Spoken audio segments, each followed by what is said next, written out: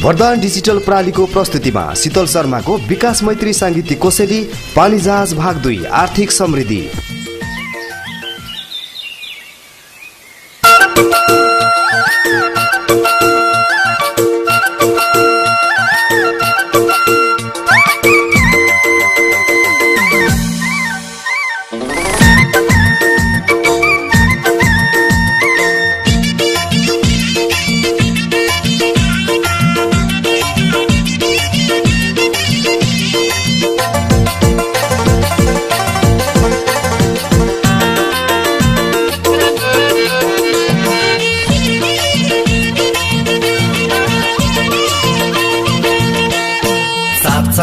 प्रजातन्त्र ल्याउन भनी लड्यौं, 7 सालमा प्रजातन्त्र ल्याउन भनी लड्यौं, 46 मा पञ्चायतको विरुद्धमा बढ्यौं, 62 मा गणतान्त्रिक नारा देशमा लायो, 72 मा देशले नयाँ संविधान पायो। अब पालो आर्थिक समृद्धिको, अब पालो आर्थिक समृद्धिको, अब पालो आर्थिक समृद्धिको।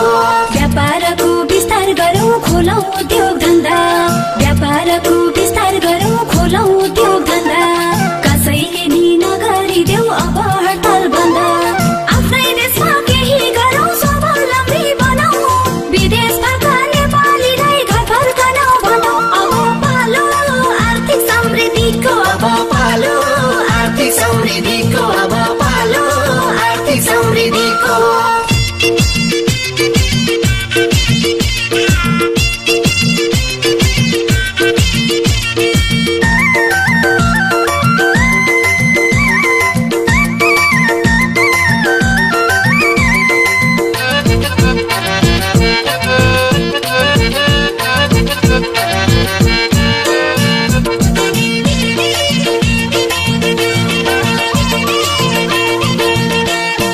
पर्यटनको विकास र लागौं प्रवर्धनमा, पर्यटनको विकास र लागौं प्रवर्धनमा, हाम्रो देशको विकास गरौँ नेपालीकै धनमा, खेलकुदको विकास गरौँ जसले देश चिनाउँछ, केही वर्षमै नेपालीको सुनौलो दिन आउँछ। अब पालो आर्थिक समृद्धिको, अब पालो आर्थिक समृद्धिको, अब पालो आर्थिक समृद्धिको। परिवर्तनका संवाहक हामी, अब देशले साँच्चीकै काँचुली फेर्नेछ। चाहे हिमाली, चाहे पहाडी या मधेसी, हामी सबै नेपाली हौ। हाम्रो हरेक धड्कनमा नेपालको माया सलबलाइरहेको हुन्छ। यो अवस्था नेपाली बीच द्वन्द्व सिर्जना गरेर देशलाई जटिल परिस्थितिमा पुर्याएर आफ्नो स्वार्थ पूरा गर्ने सोचलाई परिवर्तन गरी शान्त समृद्ध नेपालको परिकल्पना गरौँ। घुस लिने र दिने राज्यका सबैभन्दा ठूला शत्रु हुन् भन्ने भनाइ थाहा हुँदाहुँदै अप्रत्यक्ष रूपमा सर्वसाधारणलाई घुस दिनै बाध्य पार्नेहरूले वास्तविकताको धरातलमा आएर आफूलाई परिवर्तन गराउन जरुरी छ र त्यस्ता व्यक्तिको पहिचान गरी राज्यले जरैदेखि उपचार गर्यो भने हरेक अवसरहरू जनताको पहुँचमा पुग्नेछन्।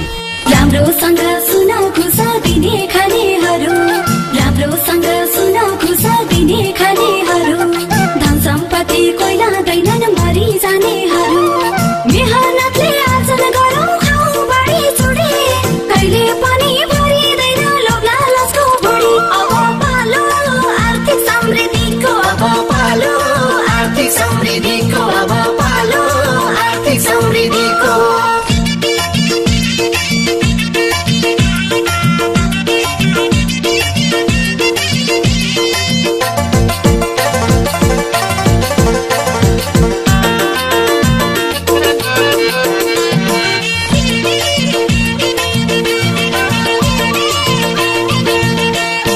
किसानले जोत्न थालौं बाजा पाटा गरा, किसानले जोत्न थालौं बाजा पाटा गरा, तराई पहाड हिमाल सबै बनाऊ हरा भरा।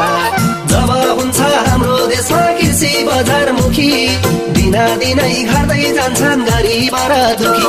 अब पालो आर्थिक समृद्धिको, अब पालो आर्थिक समृद्धिको, अब पालो आर्थिक समृद्धिको। विद्यार्थीले खोजामूलक विद्यार्जन गरौँ, विद्यार्थीले खोजामूलक विद्यार्जन गरौँ, नेताहरू देश विकासमा अझै लागि परौँ, राम्रोसँग जनसेवा गरौँ।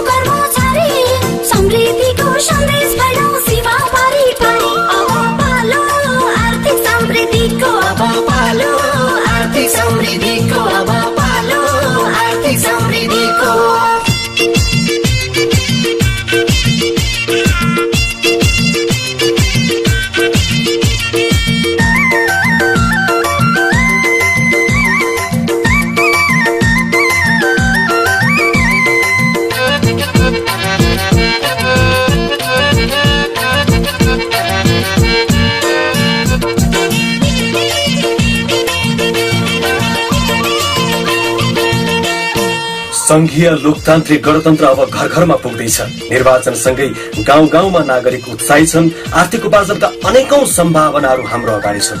नेपालको समृद्धिका लागि यो समय निकै महत्वपूर्ण छ। त्यसैले आउनुहोस्, मेहनत र परिश्रमले सबल र सक्षम समाज निर्माणमा हामी सबैजना जुटौं।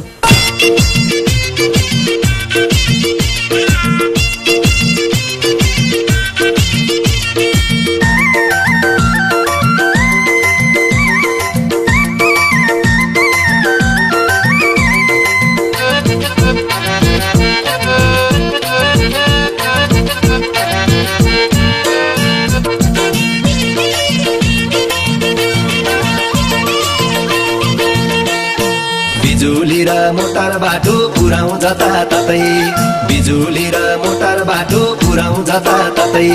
खाने पानी नपुगेको नहोस् देशमा कतै, उपचारको अभाव अलि कोही नपरोस् मर्न।